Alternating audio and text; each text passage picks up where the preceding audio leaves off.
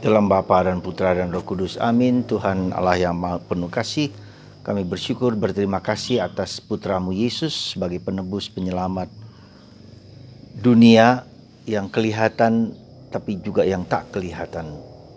Semoga kami memasuki dunia ini, dunia iman, dunia rohani, dengan memperhatikan dua aspek itu dalam kehidupan kami sehari-hari. Terpujilah namamu kini dan sepanjang masa. Amin. Saudaraku terkasih dalam Kristus, pada bacaan Injil hari ini Yesus mengatakan bahwa dialah penggenapan segala apa yang diharapkan, dinubuatkan, dirindukan oleh perjanjian lama, bahkan oleh hati manusia. Ya, Yesus adalah jawaban atas kerinduan itu. Apakah Anda mengalami seperti itu? Apakah kita merasakan bahwa Yesus itu adalah satu-satunya jalan kebenaran kehidupan? Satu-satunya kebangkitan, satu-satunya jalan menuju kepada Allah sebagai Bapa.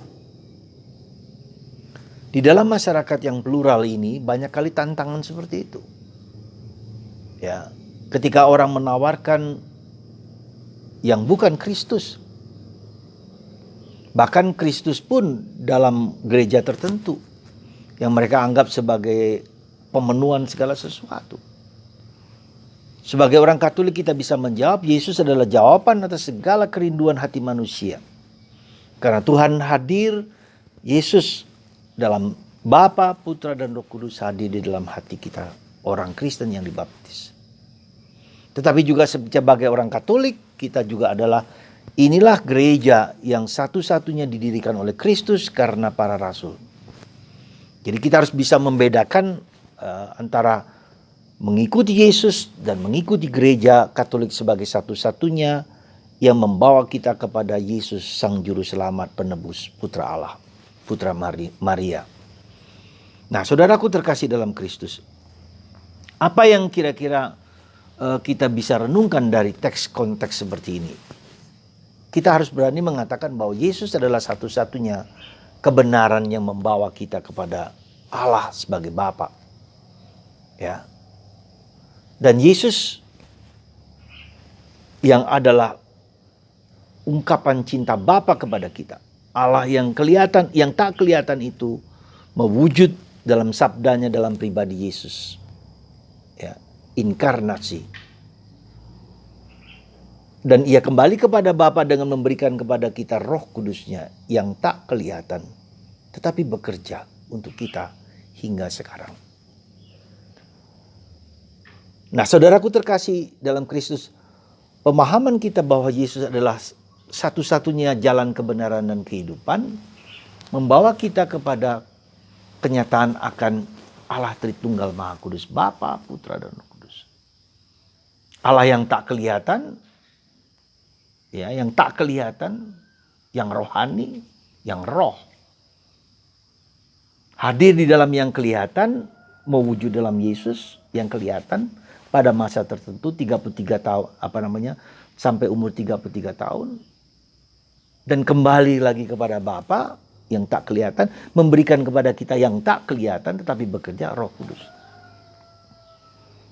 Nah, kedua aspek penting ini, yang kelihatan dan tak kelihatan, terus dihayati oleh gereja hingga hari ini. Gereja Katolik adalah gereja yang secara kelihatan institusional, institusi, lembaga-lembaga yang kelihatan, tetapi di dalamnya hadir yang tak kelihatan, Allah Tritunggal Maha Kudus, yang kita sebut dengan sakramen. Kristus adalah sakramen Allah, gereja adalah sakramen Kristus, tanda yang kelihatan, yang nampak, institusi, dan tanda yang tak nampak, Allah, Bapa, Putra, dan Roh Kudus yang menyertai gereja. Maka ketika Yesus mengatakan itu kepada Petrus, ya, tak ada satu kuasa manapun dari neraka sekalipun yang dapat menghancurkan gereja. Dan itu menjadi kekuatan kita sebagai orang Katolik sampai sekarang. Di tengah segala kekurangan, keterbatasan gereja, Tuhan tetap hadir meski tidak nampak, tidak kelihatan. Nah, saudaraku terkasih dalam Kristus, tanggung jawab kita sekali lagi, dogma ajaran tentang inkarnasi Allah menjadi manusia dalam Yesus harus juga kita ungkapkan dalam situasi zaman kita sekarang ini. Harus kita terjemahkan dalam situasi kita sekarang ini. Ya. Apa itu? Jadi dua unsur penting itu, unsur yang kelihatan, lembaga hukum, peraturan, ibadat, liturgi dan seterusnya yang kelihatan ini. Harus kita mengerti, kita hayati di dalam yang tidak kelihatan Allah Tritunggal Maha Kudus yang mendampingi, mencerahkan, membimbing dan menuntun kita. Dan itu juga mewujud dalam diri kita manusia. Dalam diri kita pribadi ada unsur yang kelihatan. Ya, sehari-hari kita makan, kita minum, kita hidup bersama, tetapi di sana di dalam diri kita ada unsur yang tak kelihatan yang harus juga kita kembangkan kualitas kehidupan yang menjadi lebih baik lagi. Keutamaan-keutamaan yang jauh lebih baik lagi. Ya. Jadi sebetulnya dua unsur ini ada dalam diri kita, dalam dunia yang harus bekerja secara seimbang. Yang harus sungguh-sungguh diperhatikan juga. Nah, itu nampak mewujud di dalam dunia digital sekarang ini yang kelihatan tetapi yang tidak kelihatan. Ya. Yang kelihatan adalah misalnya kita memakai HP, kita berkomunikasi, berdialog, berkontak. Tetapi yang tidak kelihatan, dengan itu kita bergaul dengan dunia yang tak kelihatan, di mana bisa sampai kepada dimanapun juga, kapanpun juga, kepada siapapun. Nah, saudaraku terkasih dalam Kristus, bagaimana kedua hal ini harus disinergikan, tidak saling bertentangan. Ya. Kita takut sekali dengan perkembangan dunia digital. Kemarin saya menerima suatu medsos dunia YouTube tentang seorang gadis yang bisa berkomunikasi kepada siapapun, tidak lagi lewat HP yang kelihatan, tapi ditanam di tubuh. Ada data-data, ya dia seperti mengomando apa yang dipikirkan manusia. Dia bisa berkontak, berbicara dengan ibunya hanya sekedar semua ditanam di dalam tubuh. Microchipnya ditanam dalam tubuh dan orang bisa berkomunikasi, berkontak, menyimpan data. Menakutkan memang, tetapi itulah perkembangan dengan dunia metaverse. Ya, sekarang ini akan tumbuh dan berkembang dan sangat luar biasa. Jadi unsur yang tak kelihatan, unsur spirit, ya spirit tidak selalu baik, tidak selalu apa, tapi ada Roh Kudus dan roh yang nggak kelihatan itu.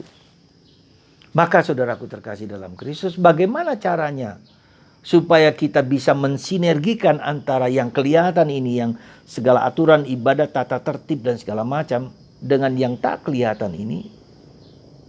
Dan yang tak kelihatan ini tidak selalu baik, tidak selalu benar, tidak selalu sungguh-sungguh sesuai dengan kehendak Allah. Nah, bagaimana kita bisa memiliki kesadaran kekuatan akan kekuatan-kekuatan itu, kekuatan yang nampak dan kekuatan yang tidak nampak. Lewat apa? Caranya bagaimana? Itu dengan keheningan. Sekali lagi dengan keheningan. Ya. Keheninganlah yang membantu kita untuk masuk dalam dunia yang tak kelihatan itu. Ya. Kita tidak terpaku pada apa saja yang kelihatan, karena itu akan saling bertentangan juga. Tetapi dengan dunia yang kelihatan, kita masuk dalam dunia yang tak kelihatan, yang jahat, tapi juga yang baik. Roh jahat dan roh baik.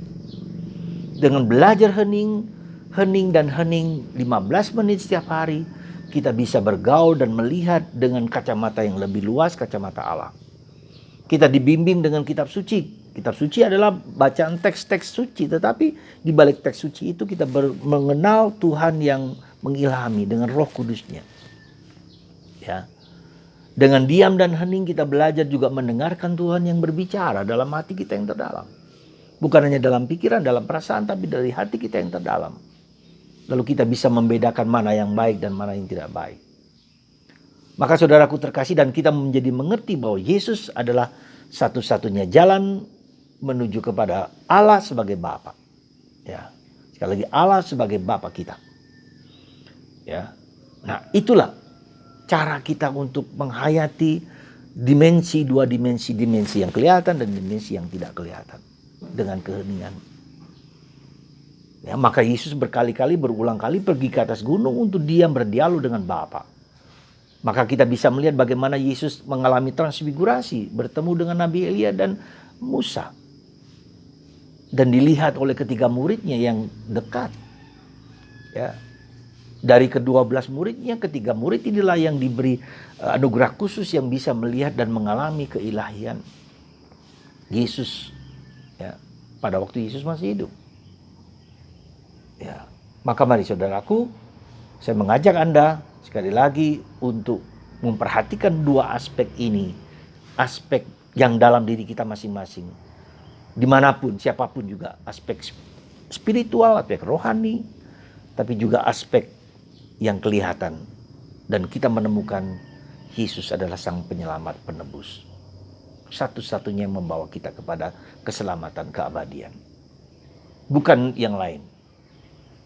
Dan untuk sampai ke sana sekali lagi kita harus tunduk dengan penuh kerendahan hati, dengan penuh mohon, dengan penuh penderitaan dan jatuh bangun. Semoga Anda dan saya, kita semua merasakan dan mengalami Tuhan Yesus dalam keheningan dan kesunyian. Sehingga kita dapat merasakan dua aspek penting dari Allah yang berinkarnasi. Allah yang tidak kelihatan tetapi Allah yang juga kelihatan dalam keseharian kita. Tuhan memberkati Anda semua, Bapa, Putra, dan Roh Kudus. Amin.